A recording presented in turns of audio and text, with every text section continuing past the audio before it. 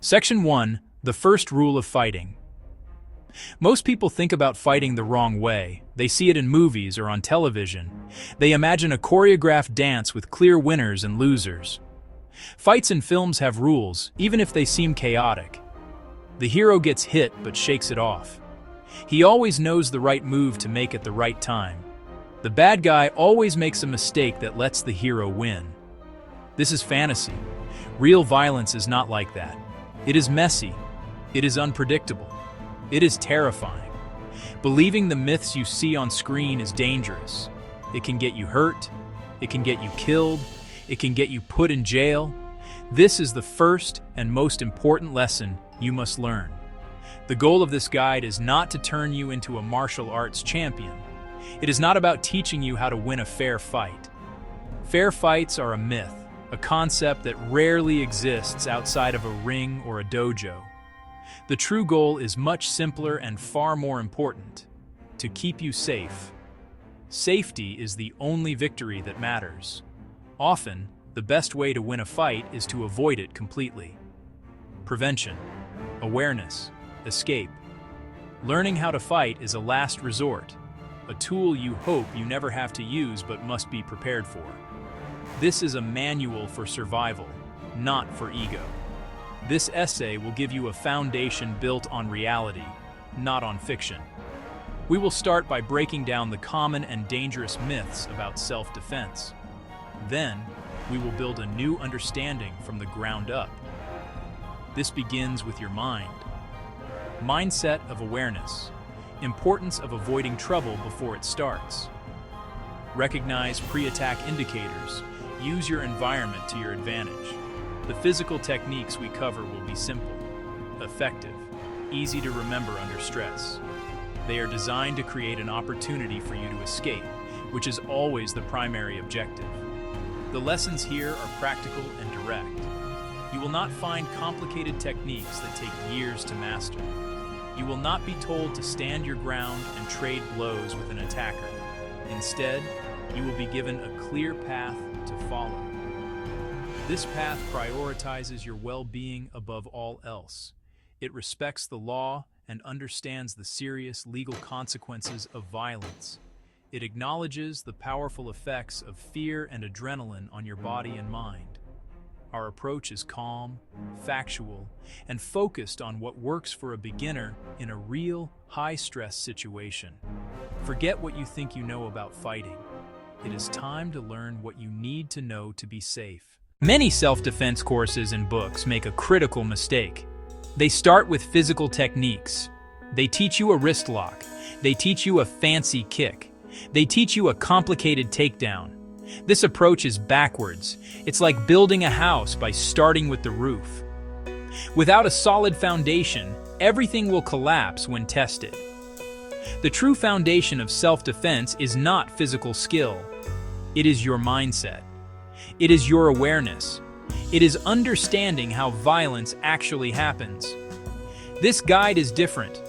We build that foundation first. We'll spend time on what happens in your head before we ever talk about what to do with your hands. We follow a logical structure to give you the best chance of success. Myths, mindset, skills, training plan. First, confront the dangerous myths clouding judgment about violence. Clear those falsehoods and you see the problem clearly. Next, build your safety mindset.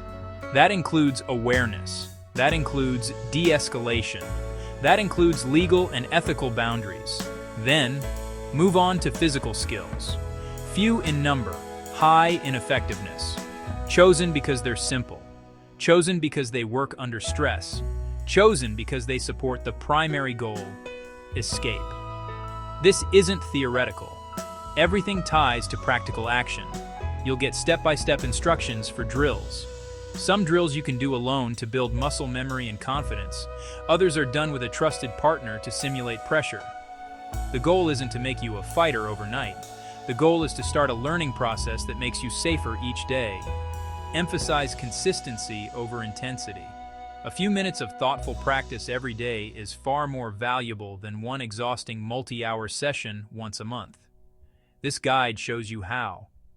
Finally, a clear, realistic 12-week training plan. It integrates mindset. It integrates awareness drills. It integrates solo physical practice. It integrates safe partner exercises.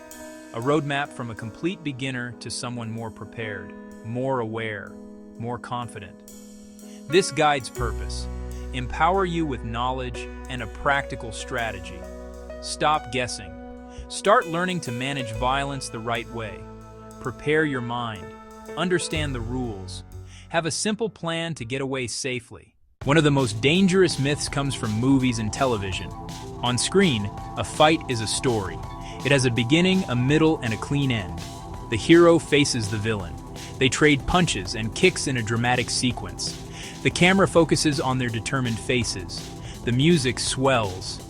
After a few minutes of back-and-forth action, the hero lands a final, decisive blow. The villain falls, defeated. The hero might have a small cut on their cheek, but they are otherwise fine. They walk away, victorious and justified. This is a powerful and compelling narrative. It is also a complete lie that has no place in real self-defense. Real violence is not a performance. There is no script. There are no choreographed moves. A real assault is often over in seconds, not minutes. It is a blur of chaos, noise, and confusion. You do not get to see the punch coming in slow motion. You might not see it coming at all. The first strike is often a surprise, delivered from a blind spot when you least expect it.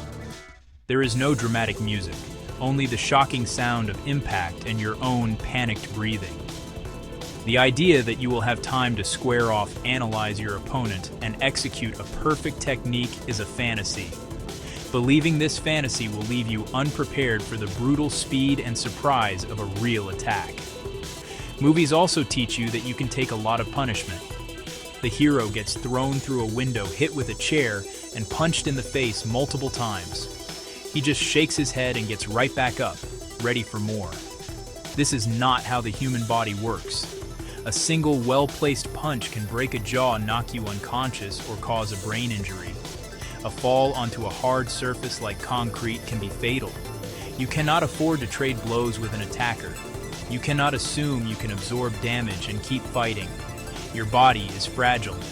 The goal is not to endure punishment, but to avoid it entirely. Every hit you take reduces your ability to think, to move, and to escape. The movie myth sets you up for failure. It creates false expectations about what a fight looks and feels like. It encourages you to think about winning a duel instead of surviving an assault. It drastically underestimates the damage a real attack can cause. You must erase these images from your mind. Forget the heroics. Forget the dramatic comebacks. Forget the idea of a clean, honorable fight. The first step to learning about real violence is to accept that it is ugly, messy, and brutally efficient. Your training must be based on this reality, not on the fiction you have been shown your entire life. Safety begins with discarding these dangerous illusions. Many people believe that in any physical conflict, the bigger and stronger person has an insurmountable advantage. This is a common and intimidating myth. It makes smaller people feel helpless and can lead bigger people to become overconfident. While it is true that size and strength are significant factors, they are not the only factors. They do not guarantee victory. Skill, strategy, mindset. A larger, stronger person with no idea how to fight can be surprisingly vulnerable. They rely on brute force, which is often inefficient and exhausting. Think of it like this. A large, strong person who doesn't know how to fight is like a powerful engine in a car with no steering wheel. They have a lot of horsepower, but they cannot direct it effectively. Their punches are often wide and telegraphed, wasting energy and leaving them open. Their movements can be clumsy and unbalanced. A smaller person with basic training knows where to apply force. They do not try to match strength with strength. Leverage timing, targeting. They attack vulnerable points not protected by muscle. Eyes, throat, groin, knees. A well-placed strike to one of these areas requires very little power to be effective. Furthermore, a bigger person presents a bigger target. Their size can work against them. A trained individual knows how to use movement and positioning to their advantage.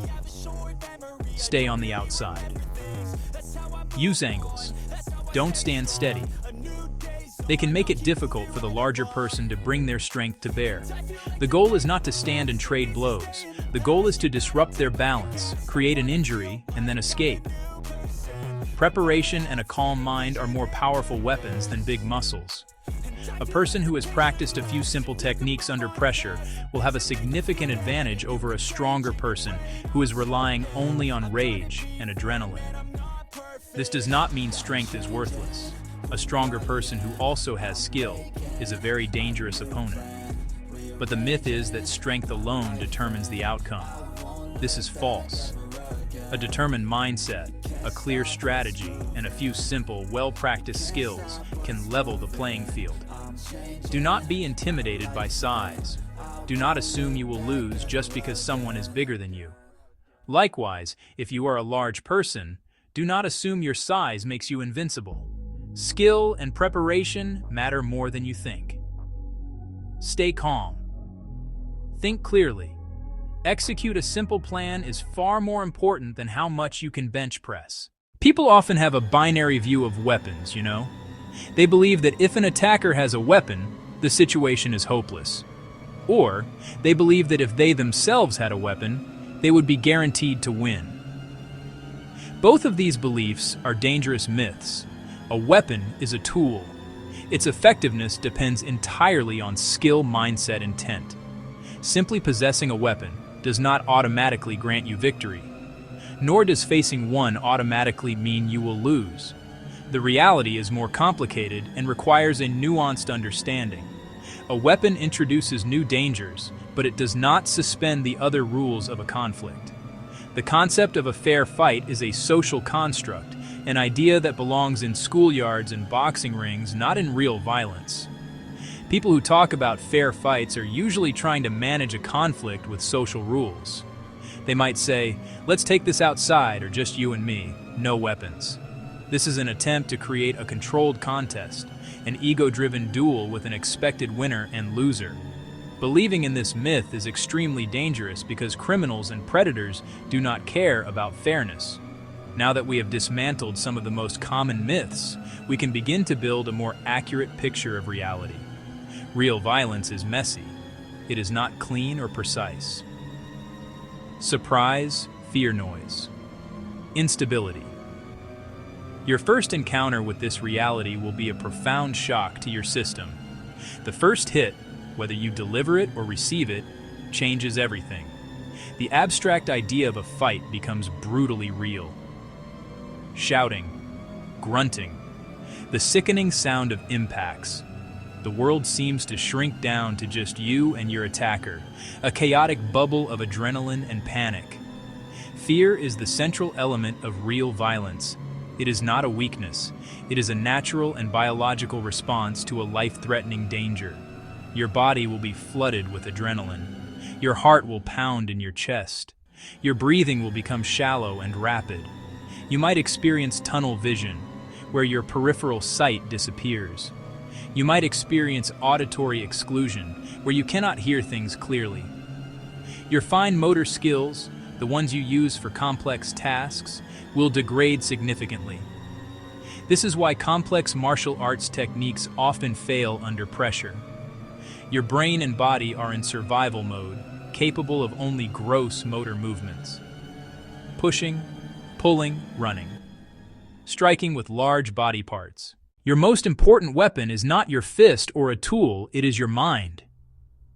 The safety mindset is the conscious decision to prioritize your well-being above all else. It is a fundamental shift from being a passive potential victim to an active participant in your own security. Awareness is the practical application of the safety mindset. It is the skill of observing your environment and noticing things that are out of place. Most people move through their day in a state of distraction. They are lost in thought, focused on their phones, listening to music with headphones. This creates a bubble of unawareness that makes them easy targets. Even with the best awareness, you may one day face a sudden, unavoidable threat. In that moment, Your body will react with a powerful surge of fear. As we discussed, this is a normal and automatic biological response. Adrenaline will flood your system. Your heart will race. Your muscles will tense. Your mind will begin to process information differently. Section 4. De-escalation. The best physical defense is the one you never have to use. Many violent encounters do not start with a surprise attack. They begin with a verbal confrontation, an argument, a challenge. This is a critical window of opportunity. Section 5. Legal and moral lines. Learning to fight comes with a heavy responsibility. Every physical action you take in a self-defense situation will be judged later in a calm, quiet courtroom. It will be judged by people who were not there, who were not afraid, and who have unlimited time to analyze your decisions. Section 1. The foundation. All physical techniques are built on a solid foundation. If your base is weak, nothing else will work. This foundation consists of your stance, your balance, and your movement. Section 2. Creating space. Frames and low-line kicks. In a self-defense situation, distance is your friend. The farther you are, the safer you are. An attacker needs to be close to hurt you. Your first priority is to create or maintain space. One of the simplest ways to do this is by using a frame. Section 3. Simple, effective strikes tools for escape. If you are unable to create space and an attack is happening, you may need to strike. The purpose of striking in self-defense is not to win a fight by knockout. The goal is to create an opportunity to escape. Section 4. Breaking free. Escapes from common grabs. Attackers often use grabs to control you before they strike or try to move you to a secondary location. Knowing how to escape a few common grabs is a crucial skill. Act immediately. The longer they hold you, the more control they get. Explode into action. Do not freeze or wait. Section 1. How to train. Methods for realistic practice. Knowledge is not enough. Reading this guide will give you a map, but it will not make the journey for you. To develop real skill, you must practice. Training is where you translate ideas into physical ability. This knowledge is only useful if you put it into practice. To help you start, here is a simple, progressive 12-week plan. Visual, 12-week calendar layout. Weeks 1 to 4, blue, weeks 5-8 green, weeks 9 to 12 orange. This is a guide to build foundational habits, not a race to become an expert. Consistency is far more important than intensity.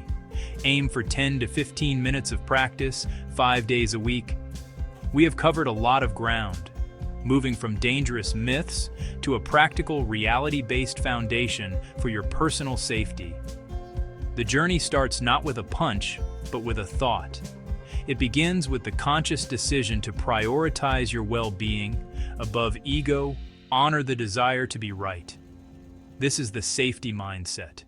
The only victory that matters is getting home safely. Stay humble, stay aware, stay safe.